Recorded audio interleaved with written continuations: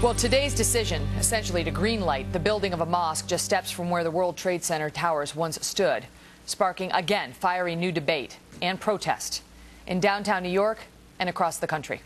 Earlier, we heard from groups including the ACLU and some of the 9/11 family members for and against the project. So what exactly do we expect next in this growingly emotional debate? Bernard Whitman is a Democratic pollster and a strategist, and Andrea Tantaros is a conservative columnist and a Fox News contributor. So now we see actually today a lawsuit threatened by essentially this group that's the conservative ACLU, saying that even if this is green-lighted and starts to go, they are going to challenge it as a legal matter. Bernard, how does this play out? Well, first, we have to get the facts straight here. This is supposed to be an Islamic cultural center, not some radical mosque madrasa that's going to spread hate and vitriol and serve as a terrorist recruitment center. But it has a mosque in it. It does have a mosque in it, but the fact is it is modeled on, for those in New York, the 92nd Street Y, and in fact the board is going to be composed of leaders of Christian, Muslim, and Jewish faith. The primary goal of the center is to strengthen ties between Islam and the West and to promote moderate Islam, which is something that we all should be supporting as a counterweight to Islamist fundamentalism. Those are the goals, Andrea, but does it have any chance of achieving them?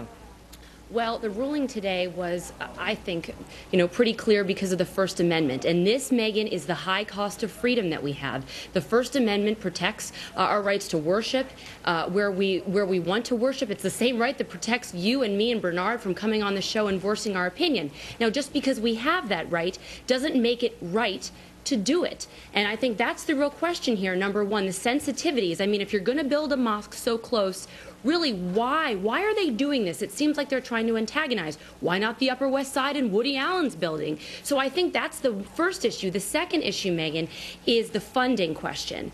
And we have an attorney general in New York right now, Andrew Cuomo, who allegedly prides himself on regulating charities, questionable charities. We just saw him last week come out and regulate a church that was getting questionable funding. Now, this radical imam, we don't know what he's planning on doing in that cultural center, Bernard. He's already made comments that he thinks the United States is culpable for the 9/11 attacks. He's appealing for about $100 million to Middle East countries. So I think the question is, Megan, now, is the New York delegation, is the Attorney General, are the feds going to closely monitor this guy and this organization to make sure that the money is not coming from state sponsors of terror? What about that, Bernard? You know, I don't know who's really funding this thing, and I guess there are still questions to be answered about who exactly is, but do folks write off too quickly those questions before they give this project a green light? I absolutely agree with Andrea. I think we should absolutely demand transparency in the funding process and understand who is going to be providing the $100 million. But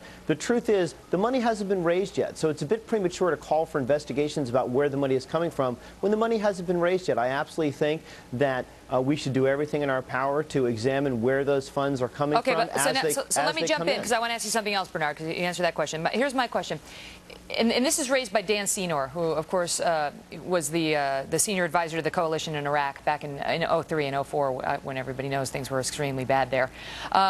He came out with a piece today that he authored an open letter to those behind the mosque, essentially saying, you know, that's fine. You want to build a mosque, you want to build a cultural center, do it, but you don't have to do it steps from ground zero. And his point, Bernard, was, he said, rather than furthering cross-cultural and interfaith understanding, locating this thing near ground zero would undermine those goals, because there is so much emotion now behind this, and because he says many folks are actually going to conclude that the radical interpretation of the purpose behind this thing is right if those behind it dig in their heels and insist that it has to go 2 blocks from ground zero. Go ahead, Bernard. Look, like many New Yorkers, I wish that it were going to be cited somewhere else. It's a very, very bitter pill to swallow.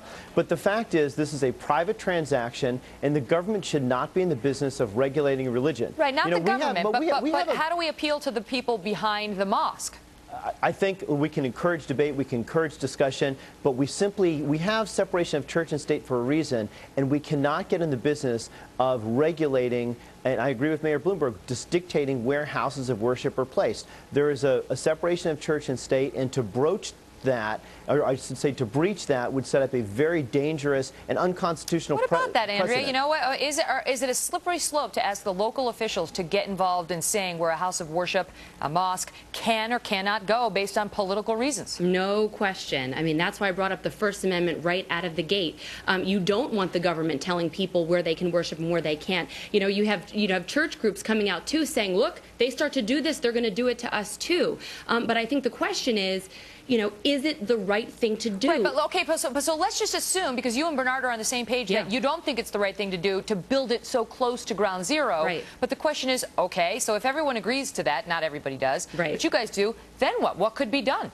Well, again, if they can look and monitor, and I would stress now, okay, so he hasn't raised the money yet, but the New York delegation, Jerry Nadler, Mayor Bloomberg, Senators Gillibrand and Schumer, should come out and say, we have a constitution, but we also have a body of laws, and we're going to be watching you like a hawk to see where you get this money. Now, Megan, Bernard brought up a very interesting point. Quickly. And the point that Dan Senor made, has Mayor Bloomberg, have others really articulated behind the scenes and use the art of persuasion to this group to say, really, must you do it here? I mean, you can make the First Amendment case, Megan, but I think that the New York delegation needs to persuade them to do it elsewhere. Dan's point was, in part, think how far it would go in terms of bridging that relationship and more tolerance and more understanding if they actually did agree that they don't want to incite those fears and that they actually will move the mosque. Think how far forward that would move relations between these two groups arguing it. In any event, we're continuing to watch it. Makes you question their motives, though. Well, thank you both so much for being here, Bernard. Andrea, you too. Thanks, Thank you. Megan.